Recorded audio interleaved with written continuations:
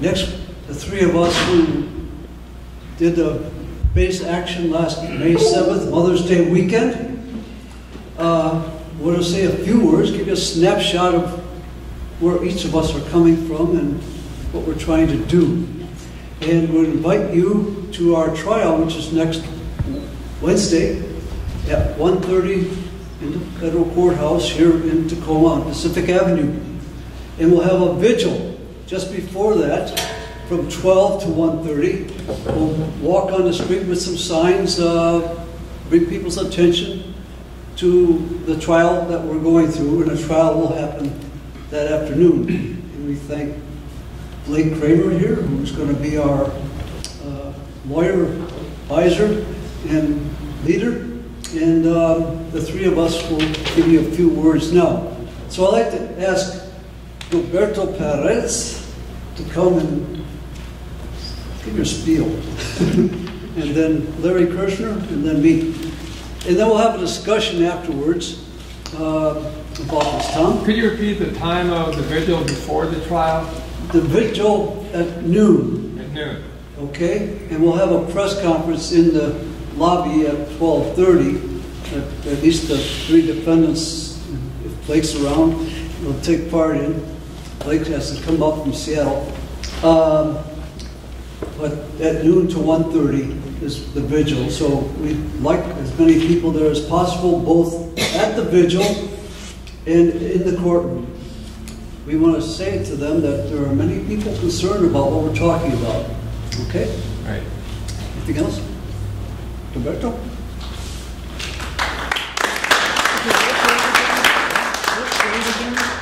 Wednesday, the 12th. Wednesday, April 12th. Thank you. Read from yesterday. As I was sitting here, thinking about Father Biggs' hall, how we went to Jeju, and he talks about a community. It was always, as is mentioned many times, and it's a community of resistance and prayer. So I will say a prayer, but I wanted to thank you, Mac. I wish I had you as a teacher when I was in the Bronx. You wouldn't have paid attention now. Thank you, Jim, for your music, because I think music is prayer. We should all sing and joy for the beautiful days that we get. And I think of Joe Judas, who's not here with us. He just had the hip operation. And Myra, my dear Myra. We wake up in the morning and place our tea and water to the altar. We bow before people come in. And we do 49 days of prayer in the Buddhist tradition. And we did it for Biggs, and prayer every day with his picture and stories about Biggs. And the same thing with Myra. So I came into the temple, and I looked at Myra. I said, Myra, I love you. Thank you for all the things you've done. We're still here, and we're still here with you. And it's just this, spontaneous. I didn't think about, because I hadn't done it in the last week and a half, but this morning. So, our court, with advice from Blake, is to tell our feelings of what that day was. And that day for me was a normal day, ground zero, come there all the time. It was a beautiful day, and I didn't think about getting arrested. It was one of these, or think about even going and crossing the line. It was just a nice day. For me, Mother's Day has always been the suffering of mother, the crying of mother. And Buddha had said 2,500 years ago that the tears of mother could fill the 7 oceans. That was 2,500 years ago. And that particular day I was thinking about the Civil War and Shiloh, Tennessee. I went there and my hairs were coming off my arm because I went to something called Bloody Brook. It was red, with our brothers from the north and south killing each other. I couldn't, it didn't fit in my thinking how brothers could kill each other. maybe 600, 700,000. And Mother's Day began that day for real, about mothers losing their sons and their husbands, to have no more voice. And now it's become milk, chocolate, and cards, and a phone call to mother, forgetting how the media does this, how mothers have suffered from then to now. So with our new policies, and we had just come from Creech Air Force during the sacred walk there with Native Americans. I got arrested there. So it all of a sudden became more important that we have to do more action, more as a Buddhist, and also those who have compassion for the world and compassion for each other. So it became all of a sudden, we have to do more. And I had a picture of Father Berrigan, because he also called it a resistance. And all these times that they've been arrested, it goes way beyond my little steps across the line. So many people of conscience in World War I and World War II, friends for reconciliation, all of those organizations, civil rights, Martin Luther King, even Malcolm X after he came from Mecca. And Jesus, of course,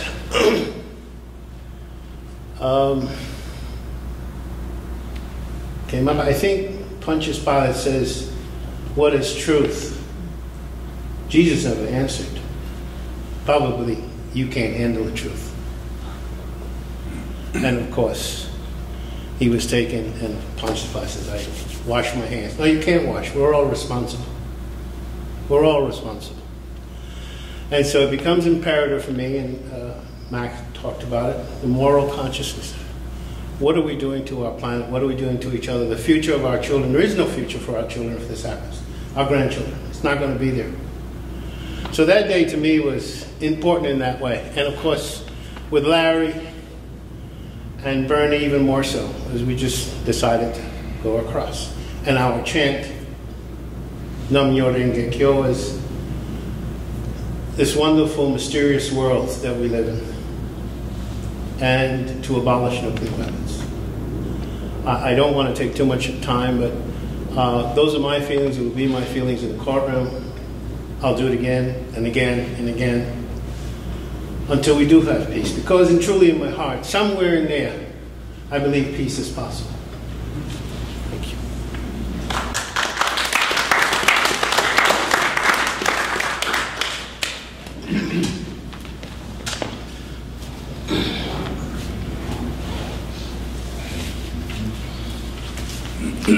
My understanding is that the judge is likely to limit us both in time and what we can say. So this is just a few words on what I hope I'm allowed to say before they cut us off. I was drafted into the infantry and served in Vietnam from November 1967 to January 69. I learned how easy it is to kill people. I killed people whose real crime was defending their homes from a foreign invader. When I returned to the States, I was told this was a good, honorable thing. From that point in my life, I saw how easily people, especially people of color, are called other and thus less valuable than those in positions of power. The imperial thrust of American history reached a nadir with the monstrous use of nuclear weapons against the people of Japan. Since that time, the U.S. has threatened to use even more powerful nuclear weapons against all those that we call enemy. Each Trident submarine carries warheads that equal 5,000 times the bomb dropped on Hiroshima. I cannot ignore the fact that our society is willing to kill millions of innocent people just as easily as I killed innocent people in Vietnam 50 years ago. When I was drafted, I took an oath to protect the Constitution from enemies, both foreign and domestic. I believe that the President, members of Congress, and I assume members of the judiciary take the same oath. I won't go into laws, domestic and foreign, that I believe apply since the court has my statement. I believe, however, that the judiciary branch of the government has failed to act as a check on the executive branch in the area of nuclear weapons policy and what appears to me to be an ongoing criminal conspiracy. I ask this court to fulfill that constitutional function. That's what I hope I'm able to say. This is a letter that I sent to our local newspaper that they've accepted for publication. It'll probably be in the next couple of days in the paper.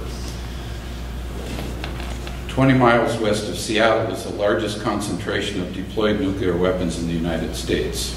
Most politicians in this country are under the strong influence of the well-paid war and weapons-making lobbyists.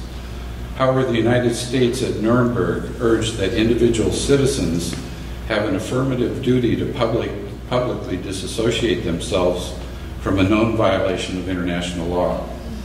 Chief Prosecutor for the United States, Robert H. Jackson, later U.S. Supreme Court Justice, stated, quote, "International law as such binds every citizen just as ordinary municipal law."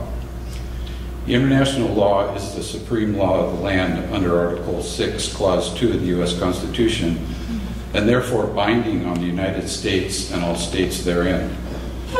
The most important international law principles related to nuclear weapons exist within the Nuremberg Principles, the Genocide Convention, the Geneva Conventions, and the United Nations Charter. The Charter of the United Nations states, quote, "All members shall refrain in their international relations from the threat of or use of force against territorial integrity of any other state." Over the past 50 years, there has been a U.S. military tendency toward increasing tolerance for the limited use of nuclear weapons delivered by weapons such as drones, allowing military planners to claim that their objective can be achieved with minimal loss of civilian life. This ignores the fact that the entire point of nuclear weapons is their massive, indiscriminate destructive power. The use of nuclear weapons is a war crime because such use would violate international law by causing unnecessary suffering while failing to distinguish between combatants and non-combatants and by poisoning its targets with radiation. In September 2002, a paper concerning the national security strategy of the U.S. marked the adoption of a preemptive strike doctrine. While the United States, this is a quote, "While the United States will constantly strive to enlist the support of the international community, we will not hesitate to act alone, if necessary, to exercise our right of self-defense by acting preemptively against such terrorists to prevent them from doing harm to our people and our country," unquote. Every American citizen has the right and the duty to insist upon a lawful foreign policy. In post-Nuremberg settings, a government that flagrantly violates international law is engaged in criminal activity, and as far as related law is concerned, its policies are not entitled to respect or compliance. Last Mother's Day, 2 friends and I were arrested for holding anti-nuclear signs blocking traffic entering the Trident submarine base in Kitsap County. Our trial will be April 12th at the federal court in Tacoma.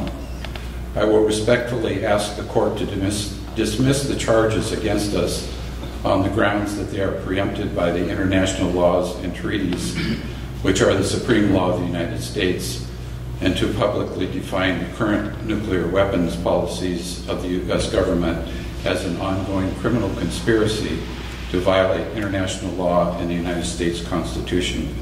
It's time for the judicial branch to act as a check on the executive branch as it was designed to be. Now, over a 12-year period, I sent 144 letters to our local newspaper, and they printed all of them except 3.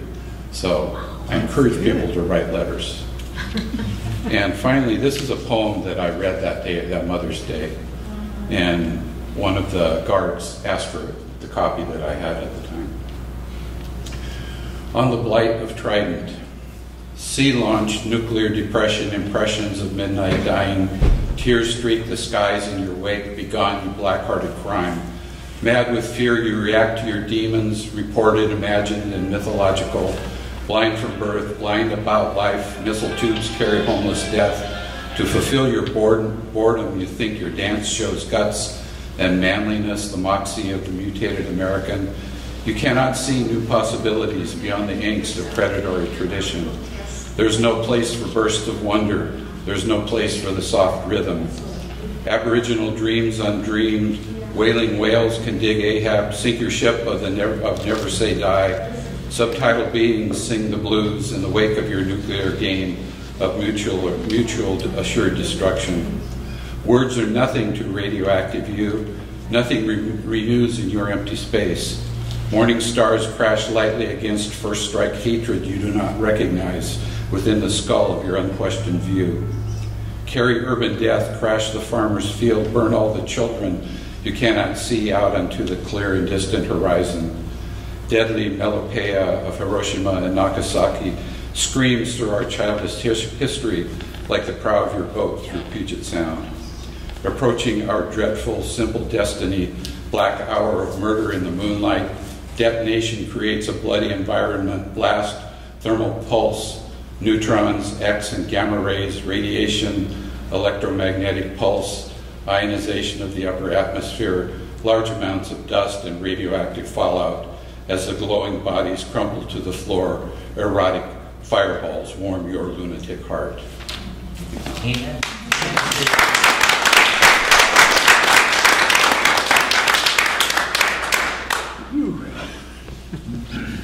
How do you follow that, huh?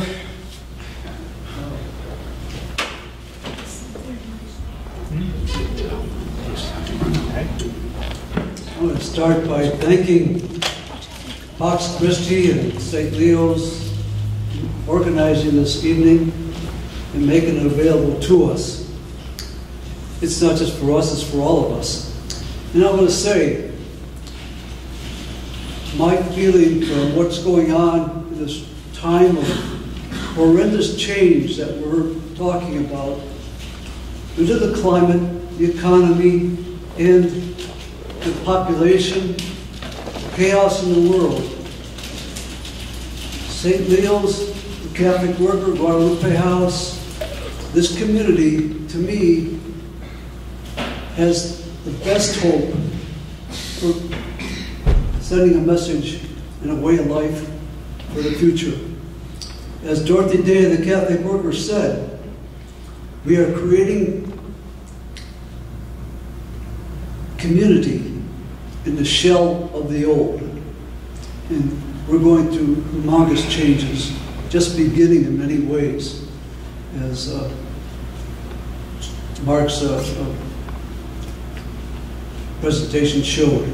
So I want to thank you for having us and involving us, and invite you to come to our trial, but to see it as your statement, as one of your statements about what's going on and what you'd like to see, and keep carrying it on, keep carrying Bix's thing on. My memory of Bix's are many. I've known him for quite a few years. And one time I was in that courthouse talking to somebody downstairs in one of the offices, telling Leonard Eiger, our PR person, about Invictus, a poem. I am master of my fate, I am captain of my soul. Two concluding lines of Invictus.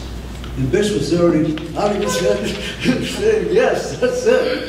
So he was very familiar, and we go to heart. Anyway, I will be totally unable to say everything I want to say. I want to say a few things, okay? And to start with, when the magistrate asked me last September, do I plead innocent or guilty? I said, my actions are a gift to humanity. And she took that to mean not guilty.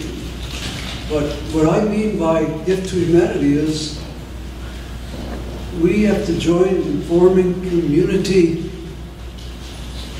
because civilization can go down the tubes. And even if civilization goes down the tubes, we can love and prosper as human beings in that process. So our trial next week is during Holy Week. To me, that means a lot. I was raised Catholic in Cleveland, and I became a Catholic priest, and I became activist in the 60s. Went to prison in the Berrigan and many other activist tradition. And I've been involved with nuclear weapons since 1974 in Colorado. So Holy Week means a lot. And I don't know, I think I should give you a little bit of flavor from Holy Week. It starts this Sunday with Palm Sunday. And in Luke's narration of Jesus' ministry, he concludes Jesus' ministry in Jerusalem. The path that Jesus went led to Jerusalem. And in this 19th chapter of St. Luke's, he introduces it by having the disciples get a burro. They put him on the burro, and then he led into Jerusalem. And as he's coming over the rise to Jerusalem, people are throwing palms and singing. Singing, blessings on the King who comes. In the name of the Lord, peace in heaven, and glory to the highest heaven. Then Jesus looked out over Jerusalem. As he drew near and came in sight of the city, he shed tears over it and said, if you in your turn had only understood on this day the message of peace, but alas, it is hidden from your eyes. Yes, a time is coming when your enemies will raise fortifications all around you, when they will encircle you and hem you in on every side. They will dash you and the children inside your walls to the ground. They will leave not one stone standing on another within you.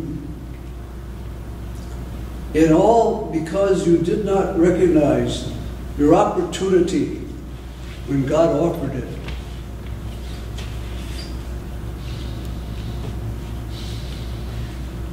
Jesus had tears. I think we all have tears. I have tears right now.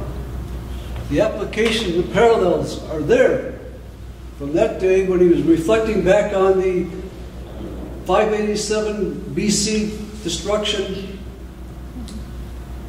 to now, where we looking at the destruction in Yemen, in Iraq, in Afghanistan, and today so much in Syria.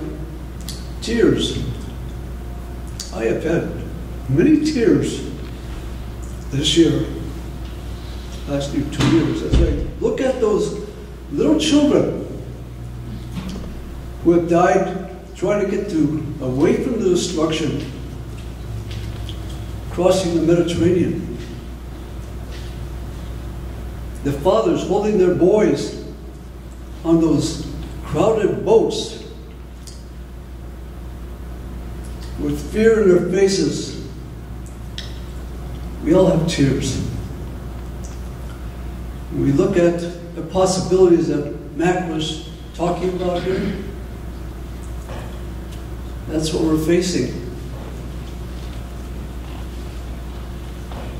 I cannot adequately even begin to give you the detailed content of my statements. Last May, I made this statement relating climate change to nuclear weapons. There's many details about that. Biggest one is the only way we can prevent these things that we are causing as human beings is to form trust among ourselves, not just individually, but nation to nation. The United States is pressing Russia, as Mac mentioned, troops right up against the border in Ukraine and other countries over there. The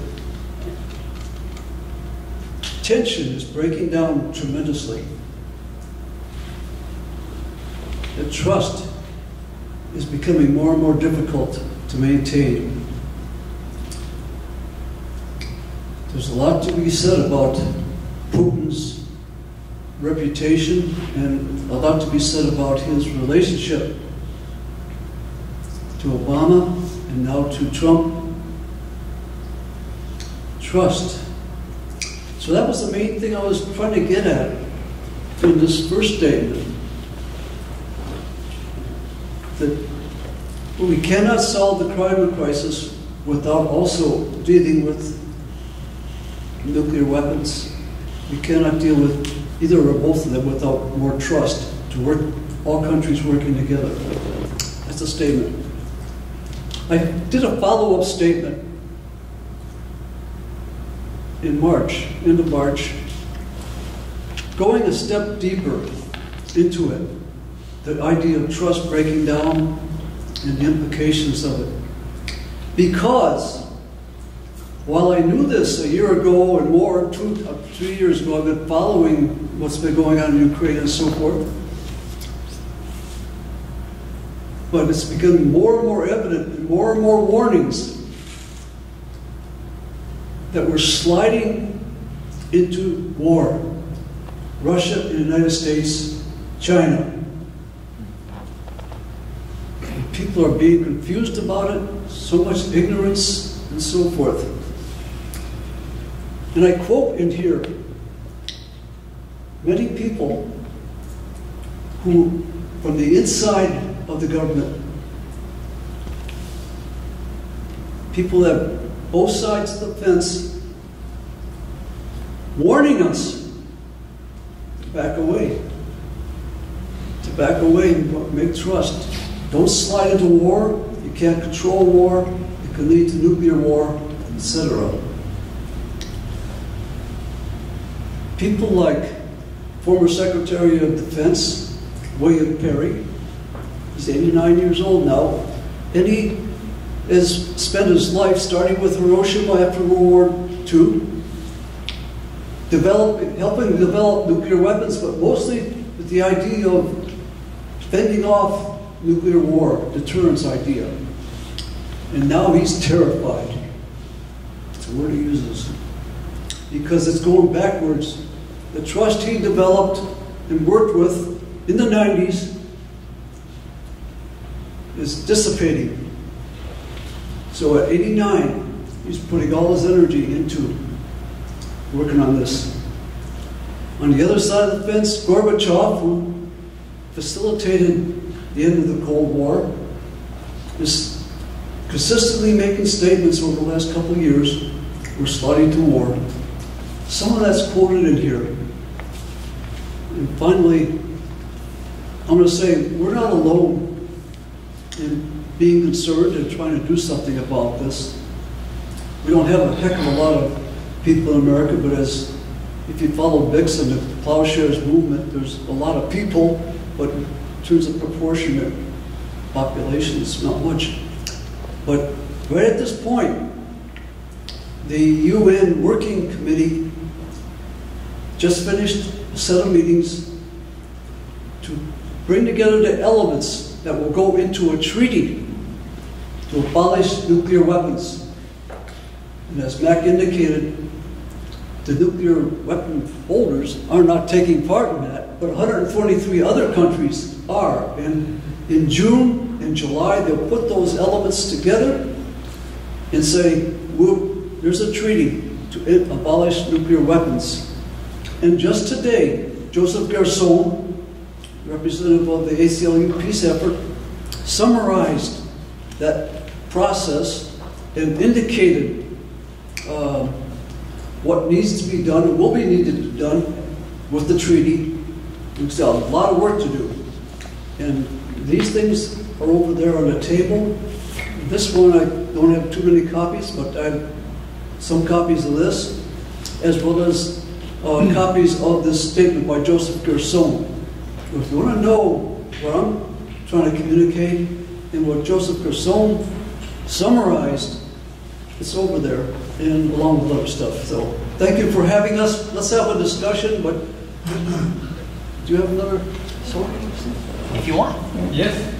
How about another song, and then we'll discuss a little bit. Trident means. What exactly did you use and why were you doing it? Okay.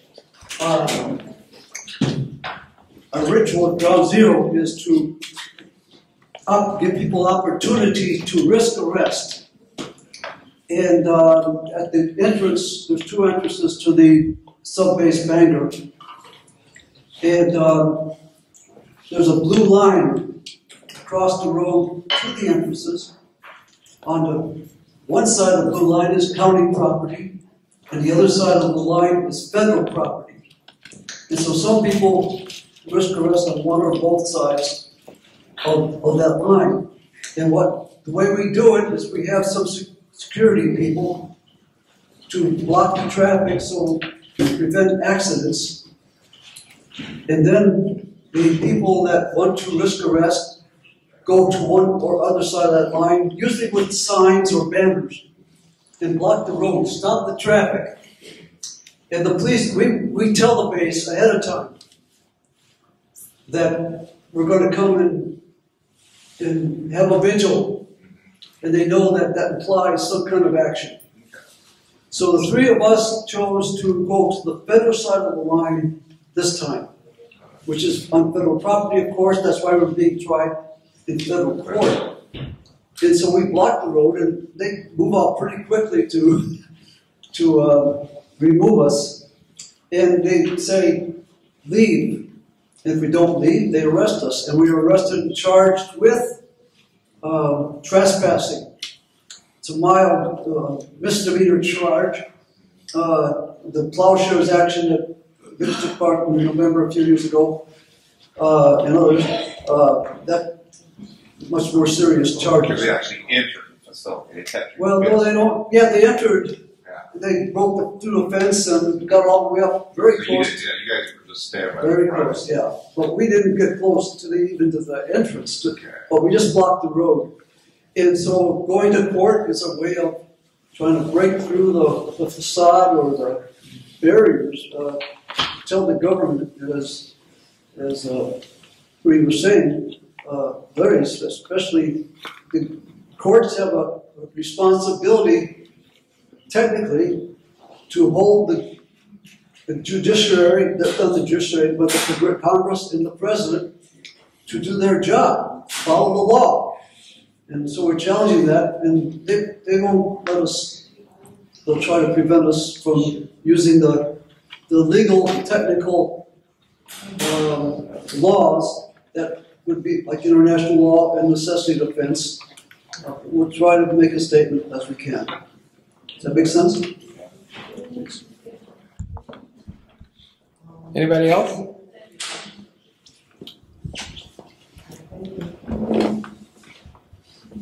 So you already know pretty much that the court's not going to let you use international law, but if it is under Article 6, the law of this country, to abide by international law, then why is that not admissible? We have maybe Blake comment on that. Well, the Ninth Circuit Court of Appeals in U.S. v. Montgomery and several other cases, and U.S. v. Montgomery, by the way, was the decision that followed the Plowshares case, the Disarm Now Plowshares case in 2011. The Ninth Circuit said that this is just not an imminent situation, that these people should be able to write letters to Congress and lobby for better laws, and that's how the Ninth Circuit perceived that. Of course, I disagree, and I think everybody in this room disagrees. There's something else I want to add, and that's about if you are coming to court on the 12th, or if you know somebody's coming to court, if you could pass this word along. First of all, as you enter the courthouse, you'll have to go through a security screening where you should have some identification with you. And second, once you go through the security screening, then you're going to go through a metal detector, and we'll all be directed to where Judge Crystal's courtroom is. And I'm not sure which courtroom that is that we'll be in. But when we get there, there's going to be other cases for people who are in the same courtroom. Some of them will be hunting violations and other things on national parks. My guess is that Judge Crystal will want to take us last. So if you or friends are coming and you're a little late, don't worry about it. Our trial might not start until 2:30. I could be wrong. It could be at 1:30. But there's going to be other people who are sitting in the gallery. And so don't be concerned about not coming in right away. Maybe if the courtroom is full of other people, they'll probably be filtering out as those cases finish. So sit in the hallway, and we'll have people who will run in and out of the courtroom and tell everybody in the hallway if we're overflowing when room becomes available. Leave your cell phones. Pardon me? Leave your cell phones home. So far. Yeah, It's still under, or is it a lot more now? Well, you can have your cell phone as long as it's off. But there are no photos allowed anywhere inside the courthouse. And if they do see you taking pictures in the courthouse, they will take you down to the marshal's office, as they did for Leonard Iger one time. So. Okay. Thank you, Blake. Sure. Do you have a follow-up question? Yeah. Gilberto, looking on the flyer, I like what you said here. A moral consciousness is needed in realizing love and compassion for all. The revolution of the heart melts away the walls of hate and war. What do I mean by it? Yeah, just a little expanding on that. Sure. We as Nipponzan Mihoji monks and nuns came here in the 60s, and our founder monk said, support the Native American issues. And at this time, you know, Dennis Banks, Marlon Brando got into some war. He didn't get an Academy Award. He didn't accept it. I think a Native American went. Because of the suffering of the Native Americans from way back. So the Native Americans always say, I speak from the heart. So we have the Heart Sutra in the Buddhist traditions, so that compassion,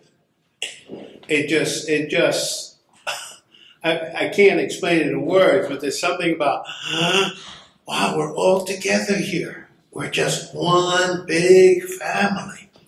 And if you have that sense, there is no color, there is no gender. We're all one big family coming from the same source. And I'm going to say the source is gold. We're just little gold dust. And if you kind of sense that we're just here such a short time, as Dorothy, we don't have time for complaining.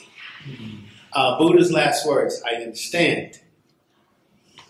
Work, work, work, work.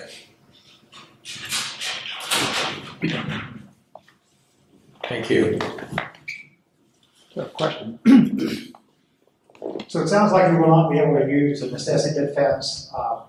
So the odds are they're going to railroad you. So I guess two things. So what do you expect to happen? Is there an appeal? Oh.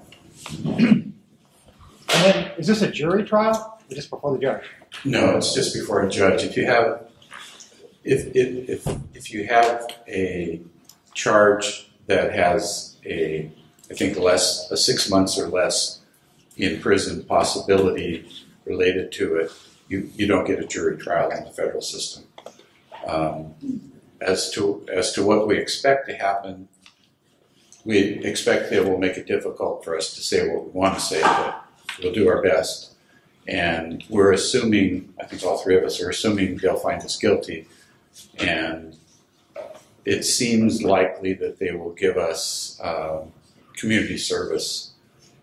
Pretty unlikely they're going to do anything more drastic than that. And then we've been having a discussion among ourselves as to whether we will accept the court telling us to do that. And we're not quite sure what that will imply. So, Actually, would community service be working for peace? they say they community service, but you can't keep doing what you're doing. I mean, our lives, You're not going to trespass our lives are community service. So no, they won't. They won't let you do anything related to what you've been charged to. Relating to that, I was at the last one, the court hearing, and my understanding is you do have the option if something's presented to you, you can congregate in a group and you decide among yourself whether you have the options to choose or not to choose, or whether you want to go along with it. And I think that's what Vix did last time when he did. I just want to say something a little bit humorous about Vix. I've known him for a long time, and he was my teacher in high school, and I grew up here in Hilltop. And I worked in Bremerton, and I worked on subs, and I worked on all of it. I've seen the destruction firsthand as an electrical worker, and I know the seriousness of what you're standing up for, and I applaud it. So what I want to say about Vix and his nature, he was a commentator mentor for me in high school, and when he was presented a sentence, you have to know the sense of humor that Vix has. He was presented to none, first of all, gave her testimony, and then there was a sentence. And then I think it was 6 months or a year. And so Vix got up and he presented his, and he said what his sentence was. And the nun got a year, 6 months, I think, and Vix says he got 3 months. He says, no, you don't understand. I can't be less than what she's giving. Give me the same thing she's giving. Oh, that's the humor Vix is that. I said that's just like Vix. This one had me. Then actually, do you expect a decision that day? Yeah. All right. Well, thanks everyone for being here. Another question. Oh. Well, so if the Ninth Circuit found that the necessity defense can't apply because it's not an imminent thing, I don't understand how 3 gentlemen, probably over the age of 50, standing in the road is such an imminent threat that this is even a criminal matter and not a civil ticket, just a ticketing and fine issue. I don't think There's a federal law that I know, but makes it criminal. You don't strike me as imminent threats. They're dangerous. Well, yeah, Especially that one in the yellow robes. The charges, Matt, Tom, the charges of that were an imminent threat. The charges that were entering federal military base without permission of the commander of the base, and that's the charge. It's simple trespassing. Yeah, it's a trespassing charge without being charged with. Yeah. So they can charge us with other things, but that's what they choose to charge us with, and it's just a way of controlling us. And no matter what we say that indicates the reasons of our thinking, at day's end, the judge says, it doesn't make any difference why you do it. The fact is you broke this law, and so they just, and that's the pattern across the country for years. In these kinds of cases. Not all the time. I was found innocent with 8 other people in 1999 on the county side of the line. But at that time, there was a different charge. And the charge included the words, acted without lawful authority. And we had lawful authority because the judge allowed a jury instruction that said, treaties are legitimate to consider. And when he said that, the United States treaty with the UN and other countries was to abide by international law. And we had international law listed. One of our defendants had him on a stand, and the jury started writing and they found us innocent. And some of those people were spouses or whatever of people that worked for the Navy and so forth. Did you have another question, Jim? No, I thought that you make a political statement. You can't go on a military base and make a political statement. I don't believe so. That's another charge. Just trespassing? Okay, I see. What you're trying to say. I was going to mention about 4 years ago, Father Bix and a number of other people put together a conference over here at the First United Methodist Church right up the road here, 6th and Tacoma Avenue. And they called it the elephant in the room, nuclear weapons. And at that conference, they had a professor from, one of the speakers, besides Dave Hall and Bix, was a professor from St. Martin's. David Price, remember? David Price. And what he was emphasizing in his talk was breaking the silence. What we need to do is keep breaking the silence. And you guys are whistleblowers. Yeah. You're calling attention to the violation of international law and Article 6 of the U.S. Constitution. But the federal judiciary is not allowing you to make that charge, to make that statement. So maybe, I think I've asked, where's Blake? Hi, Blake. I think I talked to you about this. What about, we may have to do a class action lawsuit. Get this. Get the, what is it? The Civil Liberties Union on board, you know. So, but I mean, that's just a thought. I brought that up to Bishop Gumbleton, too, at the trial. They said, oh, you got to talk to a lawyer. So I'm talking to you. So, ever respond? Dyslexia. They didn't know they were confused which side of the blue line they were on. They can step across. No, you're talking about Trump. All right. Any more questions? Thank you. Well, thank you all for coming, and we look forward to next Wednesday, the 12th. Yep. See you down at the vigil. And there's some more food back there. Take some before you go.